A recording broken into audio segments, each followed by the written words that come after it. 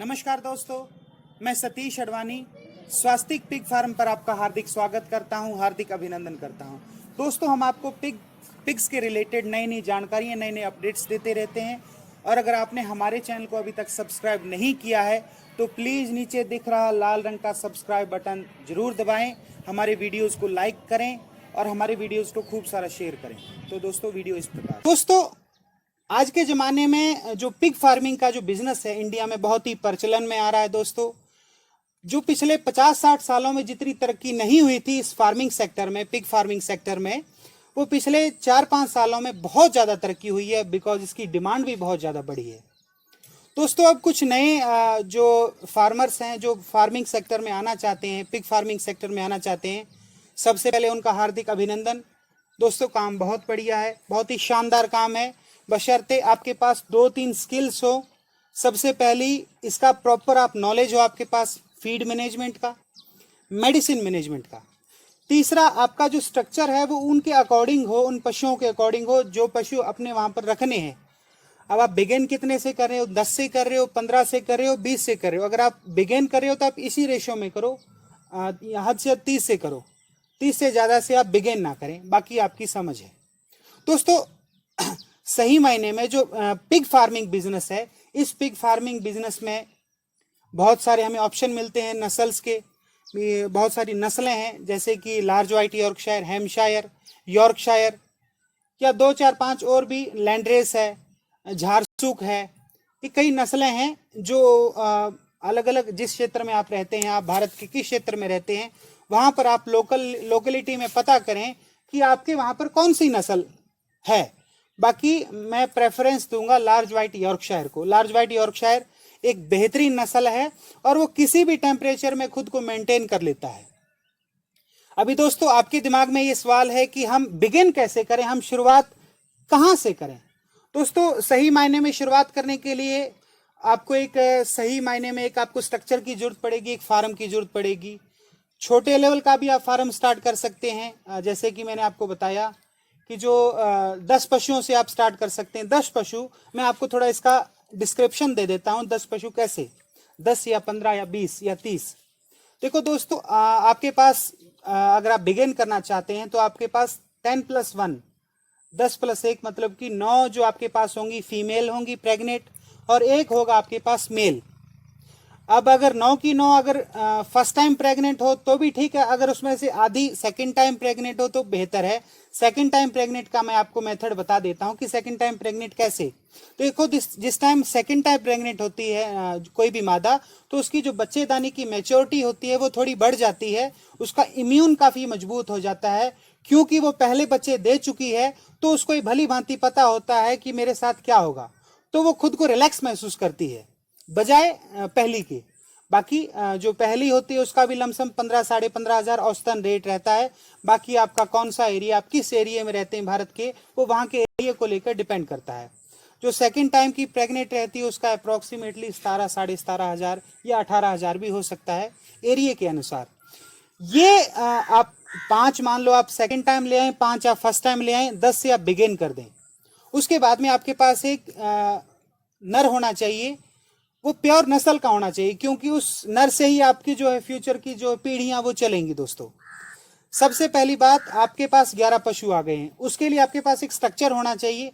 Structure आप हमें, जैसे कि हमारा जो नीचे डिस्क्रिप्शन में कॉन्टैक्ट नंबर दिया है, इसके टाइटल में कॉन्टैक्ट नंबर दिया है, मेरा नाम सतीश अडवाणी है, तो आप हमें संपर्क करके पूछ सकते हैं कि उसका किस तरीके से फार्म होगा। दोस्तों, हम पिग फार्म्स के जो है वो नक्शे भी बनाते हैं। पिग फार्म्स के नक्शे बनाने में हम आपकी मदद करेंगे, क्योंकि अगर आप बिल्कुल बिगिनर हैं तो हम आपको उसमें हेल्प करेंगे कि आपका स्ट्रक्चर किस तरीके से बने और किस तरीके से पशुओं के लिए रिलायबल रहेगा। बेशक आप किसी भी क्षेत्र से हैं, किसी भी राज्य से, किसी भी स्टेट या जिला से हैं, तो हम आपकी उसमें आपकी मदद करेंगे। अगर आप ये चाहते हैं कि हम आप वहाँ पर आकर जो है निरीक्षण करके आपको बताएं कि कैसा बेहतर रहेगा आपके लिए, तो वो भी अगर आप चाहें तो हम वहाँ पर आ सकते हैं, वो कोई मसला नहीं है दोस्तों। तो हमारा कॉन्टैक्ट नंबर, मेरा कॉन्टैक्ट नंबर 8094557125, ये मेरा कॉन्टैक्ट नंबर है, ये मेरा व्हाट्सएप नंबर है। अगर आप हमसे कुछ पिग फार्म के रिलेटेड जानकारी लेना चाहते हैं, मान लीजिए आप बिगिनर हैं और अपना फार्म स्ट्रक्चर तैयार करना चाहते हैं, तो ये मेरा व्हाट्सएप नंबर है, व्हाट्सएप नंबर पर आप मुझे उस लोकेशन की वीडियो देकर भेजेंगे दोस्तों।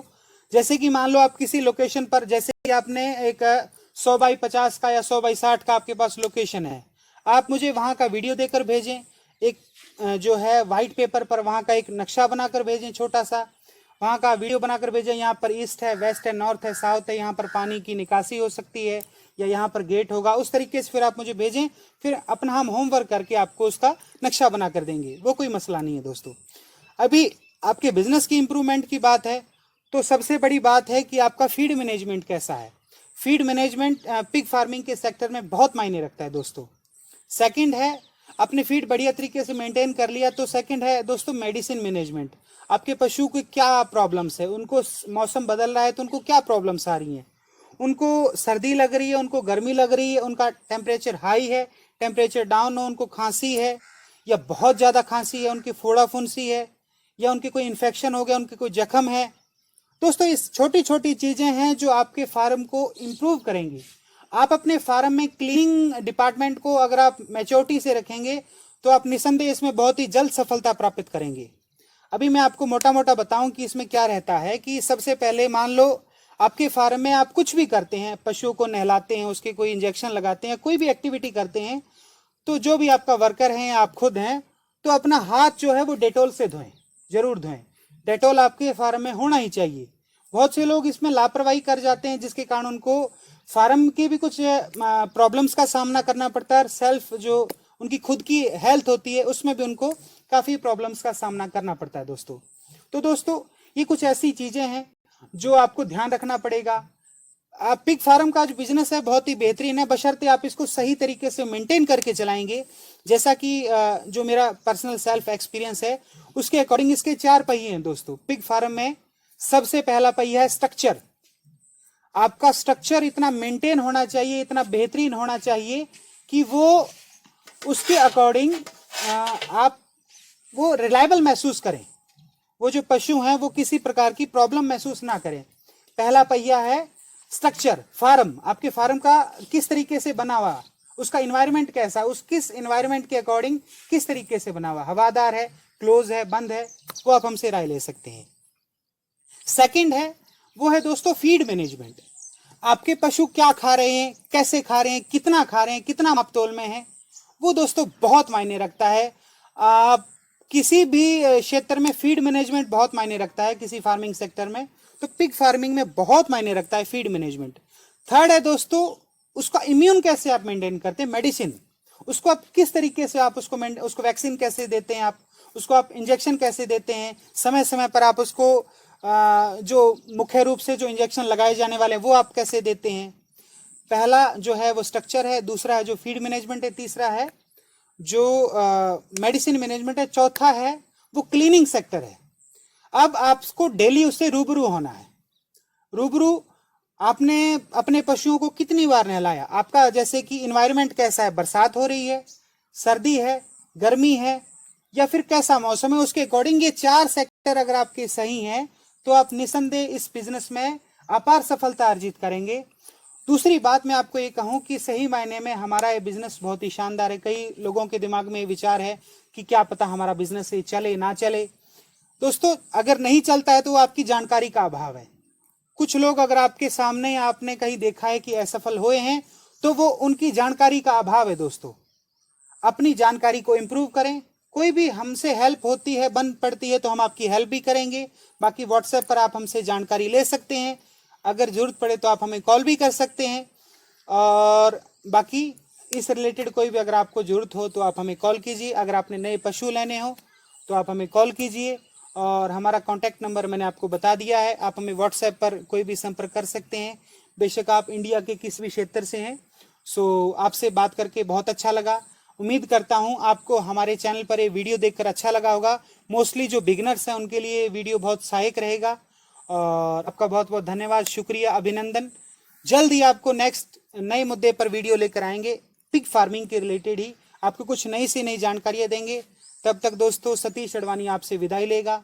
आपका हार्दिक आभार, अभिनंदन, शुक्रिया जो आपने अपना कीमती समय निकालकर आपने हमारा वीडियो देखा। और दोस्तों अगर आपने अभी तक हमारे चैनल को सब्सक्राइब नहीं किया है तो प्लीज़ हमारे चैनल को सब्सक्राइब करें और नोटिफिकेशन एक्टिवेट करें ताकि हम जो भी अगला कोई वीडियो चढ़ाएं या अपलोड करें तो आप तक सबसे पहले पहुंचे, क्योंकि ये वीडियो आप में आपकी लाइफ में बहुत सहायता देने वाला है अगर आप पिग फार्मिंग के सेक्टर में आना चाहते हैं। थैंक यू दोस्तों, धन्यवाद, शुक्रिया।